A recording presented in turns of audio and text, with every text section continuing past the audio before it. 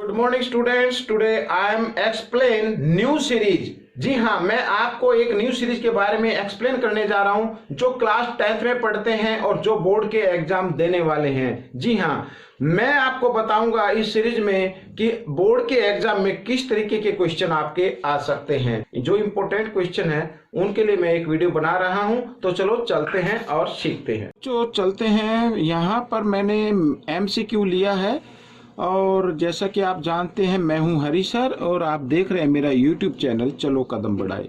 तो बच्चों, आज से जो मैंने सीरीज स्टार्ट की है वो है बोर्ड एग्जाम के लिए क्लास 10th। ठीक है, और मैं जानता हूं कि सभी बच्चे बोर्ड का एग्जाम देने वाले हैं, तो बोर्ड एग्जाम में किस टाइप के क्वेश्चन पूछे जाते हैं वो क्वेश्चन मैं यहाँ पर ले रहा हूँ। तो मैं चैप्टर वाइज मैं ले रहा हूँ। तो सबसे पहले जो मैंने लिया है वो चैप्टर नंबर 9 से लिया है। यहाँ पर कुछ इंपॉर्टेंट क्वेश्चन है जो आपके बोर्ड के एग्जाम में आ सकते हैं और कुछ ये क्वेश्चन आए भी हैं। तो लास्ट के जो टॉप 10 ईयर्स हैं, लास्ट 10 ईयर्स के, तो उसमें से मैंने कुछ पिक किए हैं। तो आप प्लीज़ इन्हें ज़रा ध्यान से देखें और सीख कर दूसरों को जरूर सिखाएं। आइए करना शुरू करते हैं। यहाँ पर क्वेश्चन नंबर फर्स्ट। तो a pole 6 metre high cast a shadow 2√3 metre long on the ground, then the sun's, ठीक है, एलिवेशन इज। तो सन के साथ यहाँ पर elevation means elevation angle find out करना है। यहाँ पर ये पोल है 6 मीटर, BC पोल हो गया, और साथ ही यहाँ पर जो इसकी कास्ट है मीन्स शैडो जो कास्ट हो रही है, छाया जो पड़ रही है, उसकी जो लेंथ है वो 2√3। ठीक है, तो हमें ये एंगल बताना है। तो यहाँ पर हम देख रहे हैं बच्चों परपेंडिकुलर बाई बेस। ठीक है, तो ये आता है बच्चों tan थीटा में। तो tan थीटा इक्वल हो गया perpendicular means BC by base यानी AB, इस तरीके से। ठीक है, तो यहाँ पर बच्चों देखो tan थीटा तो BC है अपनी कितनी 6 और AB है 2√3। अब यहाँ पर हम देख रहे हैं कि डिनोमीटर रूट में आ गया, तो आपको क्या करना है, डिनोमीटर से में रूट नहीं होना चाहिए, तो उसके लिए क्या करते हैं, रैशनलाइज कर देना है। तो √3 से न्यूमेटर को भी मल्टीप्लाई कर दो और साथ ही √3 से डिनोमीटर को भी कर दो। ठीक है, तो ऊपर आ जाता है 6√3 यहाँ पर, और बाई √3 को √3 से मल्टीप्लाई करते तो 3 और 3 2 जा 6, इस तरीके से आ जाएगा। तो 6 से 6 यहाँ पर हो गया, तो tan थीटा इक्वल आ गया बच्चों यहाँ पर √3। अब यहाँ पर ये जो √3 है मैं आपको बताता हूँ, देखो इधर tan थीटा इक्वल, तो √3 ये वैल्यू होती है tan थीटा में, tan ये वैल्यू होती है tan 60 की, तो इसकी जगह हम tan 60 लिख सकते हैं। ठीक है, तो यहाँ पर बच्चों जो थीटा निकल कर आया है वो 60 डिग्री आया है। ठीक है, तो यहाँ पर जो ऑप्शन आपका रहने वाला है वो ऑप्शन A है। तो ये आपका हो गया 1 मार्क्स का क्वेश्चन है, लेकिन आपको सोल्व करना है, आपको ज़्यादा से ज़्यादा प्रैक्टिस रखनी है ताकि आप इसको कर पाएँ। ठीक है, आइए सेकेंड क्वेश्चन देख लेते हैं। The angle of depression of a car parked on the road from the top of 150 meter high tower is 30। ठीक है, ये 150 मीटर ये टावर है। यहाँ पर डिप्रेशन एंगल, ये तो स्ट्रेट एंगल हो गया बच्चों। यहाँ पर एक कार खड़ी है, तो उस कार को कोई अगर देखे तो यहाँ पर जो ये डिप्रेशन एंगल बना है ये 30 डिग्री का है। ठीक है, तो the distance of the car from the tower, तो यानी ये जो टावर की हो गया, यहाँ पर टावर हो गया और यहाँ पे कार है, तो ये डिस्टेंस हमें फाइंड आउट करनी होगी। ठीक है, तो सबसे पहले मैं आपको बता देता हूँ, देखो ये एक लाइन हो गई, बेस हो गया, और यहाँ पर स्ट्रेट एंगल हो गया। तो इस तरीके से दोनों लाइनें जो होती है पैरेलल मानी जाती हैं, और ये ट्रांसवर्सल लाइन, तो ये एंगल और ये एंगल अल्टरनेट एंगल होते इक्वल होता है, यानी जो भी डिप्रेशन एंगल बनेगा वो यहाँ पर एलिवेशन एंगल बन जाएगा। ठीक है, तो आइए करना शुरू करते हैं। तो सबसे पहले हमें फाइंड क्या करना, AB। तो परपेंडिकुलर बाई बेस यानी 10 में ही आएगा ये, तो यहाँ पर लिख लेते हैं tan 30 दिया हुआ है। तो tan थीटा होता है बच्चों परपेंडिकुलर बाई बेस, तो परपेंडिकुलर 150 और बेस है बच्चों यहाँ पर AB। ठीक है, तो AB की हमें निकालनी है। अब आइए करना शुरू करते हैं नीचे। तो tan 30 की वैल्यू होती है बच्चों 1/√3 और इक्वल 150/AB, इस तरीके से। तो इधर कर लेते हैं, क्रॉस मल्टीप्लाई कर देना है आपको। AB इक्वल तो यहाँ पर आ गया, मल्टीप्लाई करें तो 150√3, इस तरीके से मल्टीप्लाई कभी 3 से कर दो, यहाँ पर लिख दो 30035 जैसे, यानी 450 लिख दो तो गलत हो जाएगा, क्योंकि रूट को रूट से ही मल्टीप्लाई करते हैं। तो ये आपका आंसर रहेगा, यानी जो डिस्टेंस है बच्चों वो आंसर मैच करता है यहाँ पर ये बी वाला। ठीक है, तो आइए करते हैं क्वेश्चन नंबर 3। ये नंबर 3 यहाँ पर रीड कर लेते हैं। The length of string between A kite and a point on the ground is 85 meter if the string makes an angle theta with the ground level such that tan theta equal 15/8, then the kite is at what height from the ground। ठीक है, इस question क्या कहता है, यहाँ पर मैं एक छोटी सी फिगर बनाता हूँ, आपको फिर समझ में आ जाएगा अच्छे से। ये देखो, यहाँ पर ये उड़ रही है काइट और ये ग्राउंड है, ये हो गई स्ट्रिंग, इसकी जो लेंथ है वो 85 मीटर है।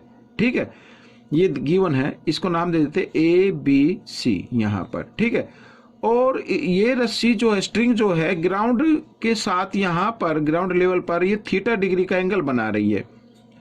आपको जो फाइंड आउट करना है, ये भी लिखा साथ में, इस प्रकार बनाया कि tan theta equal 15/8, then the kite is at what height. ठीक है, व्हाट हाइट यानी ग्राउंड से उसकी हाइट कितनी है, यानी BC में फाइंड आउट करना है। अब यहाँ पर बच्चों परपेंडिकुलर हमें फाइंड आउट करना है, हाइपोटेन्यूज गिवन है, तो यहाँ पर साइन थीटा आपका ये लगेगा, तो हम ले लेते साइन थीटा। तो साइन थीटा क्या होता है बच्चों, परपेंडिकुलर बाय हाइपोटेन्यूज होता है, यही होता है ना, यहाँ पर ये मैंने लिख दिया है। तो इस तरीके से ये तो आप इक्वेशन 1 मान लीजिए, ये गिवन है। अब हमारे पास है क्या क्या गिवन है कि tan थीटा इक्वल 15/8। ठीक है, यहाँ पर मैं एक दूसरी फिगर बनाता हूँ इस तरीके से कि इस प्रकार से है कि tan थीटा की 15/8, तो tan थीटा होता है परपेंडिकुलर बाय बेस, इस तरीके से। तो अब हम यहाँ पर ये जो हाइपोटेन्यूज आ रहा है, इसकी हमें क्या करनी है, लेंथ फाइंड आउट करनी है। ठीक है, यानी ये भूल जाओ 85 है, यहाँ पर ये भूल जाओ 1 मिनट के लिए, मैं इसलिए मैंने सेकंड फिगर बनाई है, इसको भी नाम दे देता हूँ इस तरीके से। तो आपको ना AC स्क्वायर फाइंड आउट करना है, तो AC स्क्वायर होगा AB square plus BC square, इस तरीके से। तो AC स्क्वायर इक्वल AB है 8 स्क्वायर प्लस 15 स्क्वायर, इस तरीके से यहाँ पर ये हमें करना है। तो यहाँ पर 8 स्क्वायर होता है 64 और प्लस 15 225, दोनों को ऐड किया 289 आ गया। तो AC इक्वल, यहाँ पर स्क्वायर है ना, इक्वल के साइन से इधर लाकर इसको चेंज कर देना स्क्वायर रूट में, 289 आ गया। अब 289 का परफेक्ट स्क्वायर रूट नंबर होता है 17। ठीक है, तो AC कितनी आ रही है 17, यहाँ पर समझ में आया। और यहाँ पर है थीटा डिग्री का एंगल, अगर मैं इसको साइन थीटा यहाँ पर ले लेता हूँ, साइन थीटा जो हमने निकाला, जो इसमें गिवन है साथ में इस तरीके से, तो बच्चों ये होता है परपेंडिकुलर बाय हाइपोटेन्यूज होता है, इस तरीके से। ये इक्वेशन आ गई 2। गिवन तो है हमें यहाँ पर, ये यहाँ पर BC/85। ठीक है, यानी ये परपेंडिकुलर बाय हाइपोटेन्यूज, ये भी साइन थीटा, ये भी साइन थीटा। तो दोनों इक्वेशन को हम क्या करेंगे, अब इक्वल रखना है, क्योंकि साइन थीटा के इक्वल होता है। तो इसका मतलब BC बाई, ये मैं रख लेता हूँ, BC/85 इक्वल 15/17, इस तरीके से। ठीक है, अब आपको क्या करना है, क्रॉस मल्टीप्लाई कर देना है, तो 17 BC और इक्वल 85/15, इस तरीके से। ठीक है, अब BC की वैल्यू निकाले तो 17 इधर मल्टीप्लाई में, इधर आकर वो डिवाइड में हो जाता है। तो 17 1 जा 17, 17 5 जा 85, 15 5 जा कितना हो गया 75 हो गया। अब BC ये हमें हाइट फाइंड आउट करनी थी, तो हाइट आ गई 75 मीटर। आपका जो ऑप्शन रहेगा इसमें, ये रहेगा ऑप्शन फर्स्ट। ठीक है, आइए नेक्स्ट क्वेश्चन कर लेते हैं। तो यहाँ पर नेक्स्ट क्वेश्चन भी है बच्चों, क्वेश्चन नंबर 4, ये देखिए। तो क्वेश्चन नंबर 4 को भी रीड कर लेते हैं। If the height of a vertical tower is √3 times है ये, the length of its shadow on the ground, जो इस टावर की जो ग्राउंड पर शेडो बन रही है उससे ये टावर 3 टाइम्स है। अगर यहाँ पर ये x है तो ये क्या हो जाएगा √3x। यहाँ पर ये लिखा हुआ भी है पहले से, ठीक है, मैंने लिखा था ताकि टाइम बच सके थोड़ा। समझ में आ गया? अच्छा, then the angle of elevation of the sun at that time is. तो यहाँ पर एलिवेशन एंगल हमें फाइंड आउट करना है। सन के साथ जो एलिवेशन एंगल बन रहा है वो कितने डिग्री का होगा। आइए करना शुरू करते हैं। तो अब देखो tan थीटा, यहाँ पर tan क्यों ले रहे हैं, क्योंकि परपेंडिकुलर और बाई बेस इस तरीके से। तो परपेंडिकुलर बाई बेस होता है यहाँ पर √3x और यहाँ पर हो गया x से x कट गया तो बच्चों यहाँ पर आ गया tan थीटा इक्वल √3। अब बच्चों √3 की जगह हम क्या लिख सकते हैं, tan 60 लिख सकते हैं, क्योंकि ये इसकी जो tan 60 की वैल्यू होती है वो क्या होती है √3 होती है। तो √3 की जगह tan 60 लिखा जा सकता है। तो tan theta equal tan 60 degree, ठीक है। तो यहाँ पर जो थीटा आया है वो 60 डिग्री आया है। तो आपका जो आंसर आएगा यहाँ पर मैं एक बार लिख देता हूँ 60 डिग्री। तो आपका जो ऑप्शन होगा वो बी ऑप्शन होगा, ठीक है। तो बी ऑप्शन इसका ठीक है। आइए करते हैं इस पार्ट का लास्ट क्वेश्चन। अब रीड कर लेते हैं। The angle of depression of a car standing on the ground, ये हाँ from the top of the 75 metre high tower. ये टावर है 75 मीटर हाई है, यहाँ पे कोई लड़का खड़ा है, यहाँ पे कार है। तो यहाँ पर ये एलिवेशन एंगल बन रहा है 30 डिग्री, ये वाला ये स्ट्रेट एंगल होता है बच्चों, ठीक है, सीधा देखिए। और ये एलिवेशन 30 डिग्री का angle, sorry depression angle 30 degree है। तो यहाँ पर भी ये 30 डिग्री का एंगल बनेगा, ये याद रखना आपको। हमें क्या करना है, the distance of the car from the base of the tower. ये टावर का बेस हो गया, यहाँ पे कार हो गई, ये डिस्टेंस आपको फाइंड आउट करनी है, ए भी आपको फाइंड आउट करना है, ठीक है। तो सबसे पहले बिल्कुल आसान है, तो 10 क्योंकि 1 मार्क्स है तो आपको बिल्कुल जल्दी करना पड़ेगा। 10 30।